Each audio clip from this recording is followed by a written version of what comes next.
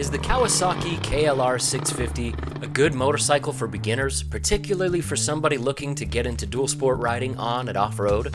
In a recent video, I answered a few common questions about the KLR 650, and I gave my 2 bits suggesting that the KLR was an excellent beginner motorcycle with a few minor flaws. Shortly after the video was released though, I had a friend tell me that she didn't think the KLR was a good beginner bike for her.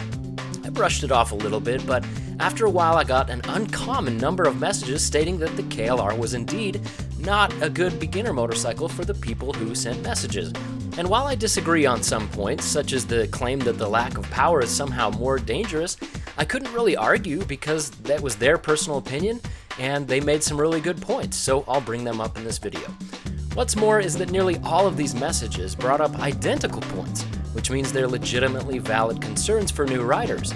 So why did these people send private messages instead of leaving comments? Well, some in the KLR community are extremely loyal to this bike, and leaving a negative comment is usually an invitation to get flamed and perhaps ridiculed as not being able to handle the bike. But don't worry, while I have enjoyed my KLR and my learning experience on the KLR was different and very positive than these people's experiences, I'm not brand loyal, so I'm okay with bringing up the very good points that these people sent my way. It should also be noted that a few of these good folks indicated that they were smaller riders, 2 of them were ladies, and some were younger riders. Needless to say, they were all beginners with relatively recent experiences on the KLR, which makes it a pretty good perspective. But let's get this out of the way first though. The KLR 650 is a great motorcycle and an excellent value more than anything, but it still has plenty of flaws. If you are a die-hard KLR fanboy who can't see the flaws, then this video isn't for you. Likewise, if you hate the KLR and you can't see why it's such an appealing motorcycle for so many, this video is also not for you. It's not perfect, it's not all terrible, it's a nice shade of gray in so many ways. So in the last video, I said the KLR was a great beginner motorcycle, and it was for me because of several reasons. First, it's rock solid reliable.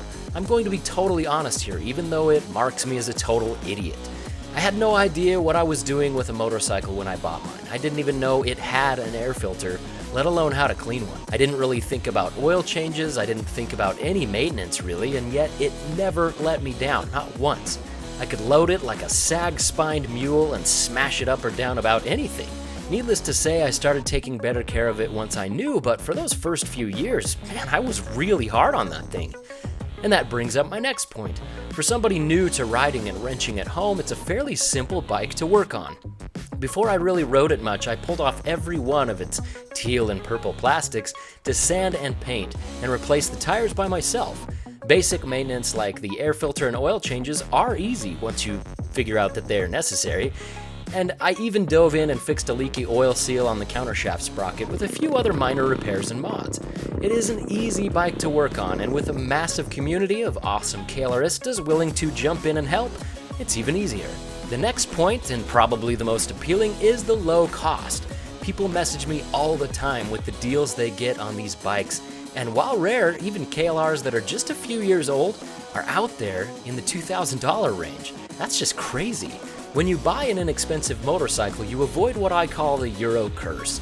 This happens when a person buys an expensive motorcycle then never dares take it anywhere because a little spill might cost thousands of dollars, or scratch the beautiful finish. The KLR is not that motorcycle. While most riders try to take pretty good of their KLRs, they don't take it too seriously. They attach milk crates to the back of it and give it paint jobs out of a spray can, and they try wacky mods, and they're not afraid to get it dirty. And that is a very, very good thing as long as it runs nicely. A super clean bike can mean hidden issues, or that it just sat in the garage under a tarp, which can mean other problems with seals and rubber bits. A clean bike with some scratches, a full oil reservoir, a clean air filter, and a few miles on the clock is what I like to see because I know it's been ridden but maintained. Also, I can haggle a bit of a discount for cosmetics even though I know I'm just going to go out and get it dirtier, cause more scratches. Another point that I brought up was the good torque and predictable power. It's got enough power to handle the road or the dirt, and the torque and the weight to go up or over a lot of tricky obstacles. I call this the tractor factor, where a bike will just grunt up a hill with a torquey chug at relatively low RPMs. The rear wheel doesn't break traction, the front wheel doesn't leave the ground much, and the weight of the bike just smashes over stuff with all that momentum. Looping a KLR, which means having the back wheel grab while the front gets airborne and basically bucking you off the back of the bike while it loops back on top of you, is possible on a KLR 650, but it's much harder on a KLR than on other bikes. On the road, the KLR is definitely not a sports bike. You're not going to be pulling a Matrix-style chase between cars on the freeway. In fact, depending on your gearing, you'll probably be revving the engine quite a bit just to keep up with open highway traffic. And for a beginner, that's not a bad thing at all. So now we've heard my points that make the KLR a great beginner motorcycle, but let's address the concerns of some of the people who recently bought a KLR and have found it to be less than perfect for a beginner's adventure motorcycle, especially when it comes to handling and off-roading. One of the things that they brought up, and the first thing that I'll mention, is the seat height. At 35 inches, it's not totally unmanageable and pretty average for a dual sport actually. New adventure riders need to understand that dual sport motorcycles have to have more ground clearance so the suspension can do its job. In fact, I'd say a dual sport is the right height if you can just tiptoe both feet on the ground.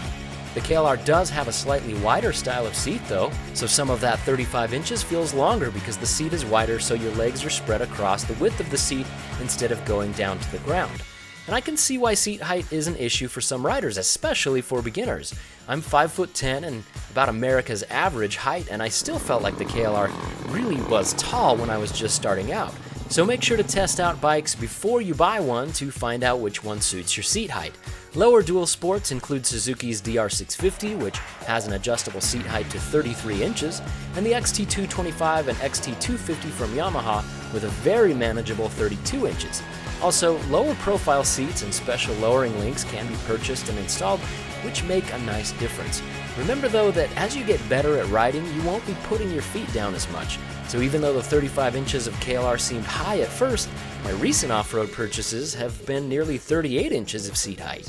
And then they brought up the piggy part of the KLR. The weight of the KLR 650 is around 430 pounds wet, and that can compound issues with the seat height.